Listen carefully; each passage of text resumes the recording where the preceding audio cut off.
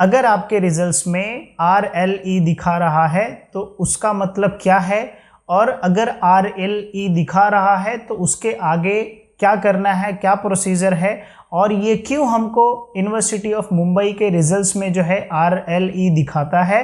तो इस वीडियो में हम डिटेल में डिस्कस करेंगे कि RLE रिजल्ट्स में क्या होता है और उसका प्रॉब्लम्स का सॉल्यूशन क्या है। देखिए, जब आपके रिजल्ट्स में RLE आता है इसका मतलब ये है कि आपका जो है फर्स्ट ईयर या सेकेंड ईयर का जो है आपका प्रीवियस ईयर का कुछ ना कुछ केटी बाकी होगा, मतलब आपको एक सब्जेक्ट्स में, दो सब्जेक्ट्स में फेल हुए रहेंगे। ठीक है। दूसरा ये हो सकता है कि आप कॉलेज स्विच किए होंगे, ठीक है, या आपका ईयर गैप होगा, तो हो सकता है कि उस केस में आपका जो मार्कशीट है वो प्रॉपर जो है वेरीफाइड ना हुआ हो, इसके लिए जो है RLE दिखाता है। अब बहुत सारे स्टूडेंट पूछेंगे कि सर RLE क्या होता है। तो RLE मतलब होता है लोअर एग्जामिनेशन नॉट क्लियर्ड।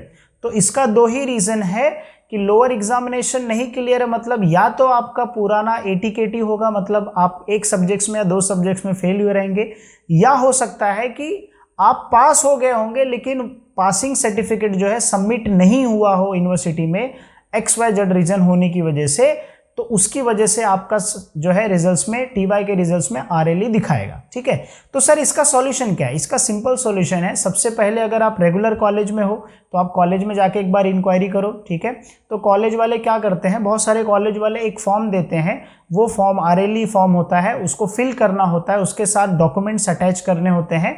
फिर वो कॉलेज वाला क्या करेगा, कोऑपरेटिव रहेगा तो वो जो है लेटर्स ले लेगा, साथ में जो डॉक्यूमेंट्स उसके साथ अटैच रहेगा वो सब लेके आपको एक फोटोकॉपी दे देगा, और बाकी एक फोटोकॉपी अपने पास रख के वो यूनिवर्सिटी में भेज के RLE को वेरीफाई कर देगा। ठीक है। अब मान लीजिए कि अगर आपका कॉलेज कोऑपरेटिव नहीं है तो उस टाइम पे आपको क्या करना पड़ेगा, यूनिवर्सिटी जाना पड़ेगा। यूनिवर्सिटी में जाके वही सेम प्रोसीजर है कि आपको एक फॉर्म फिल करना पड़ेगा, उसके साथ जो है आपको डॉक्यूमेंट्स अटैच करने होंगे, और फिर उसके बाद जो है आपका RLE हटेगा। लेकिन इसका ड्यूरेशन जो है 15 डेज तो मिनिमम लगता ही है। अगर आपको बहुत जल्दी चाहिए तो उसके लिए एक्स्ट्रा फीस वो यूनिवर्सिटी चार्ज करके जो है आपको प्रोवाइड कर सकता है। ठीक है। तो ये RLE का प्रोसेस है। हाँ, कभी कभी ऐसा होता है कि मान लीजिए आपका पासिंग सर्टिफिकेट नहीं है, तो उस केस में क्या कर सकते हैं कि आपका वो पासिंग सर्टिफिकेट लेके और फिर जो है तुरंत अपडेट कर देते हैं, बट ये मेक श्योर करते हैं कि मार्कशीट तुरंत नहीं प्रिंट होता है, उसके लिए टाइम लगता है। ठीक है। तो आप बाद में जाके मार्कशीट कलेक्ट कर सकते हैं। ऐसा भी होता है कि RLE का फॉर्म भरने के बाद फिर आपके घर पे लेटर आता है, फिर वो लेटर लेके यूनिवर्सिटी जाना पड़ता है, फिर वेरीफाई होता है। बहुत सारे अलग अलग सिनेरियो होता है, क्योंकि बहुत सारे लोग दूसरे कॉलेज जब स्विच करते हैं या कुछ इशू रहता है तो उस केस में वेरिफिकेशन चाहिए रहता है। ठीक है।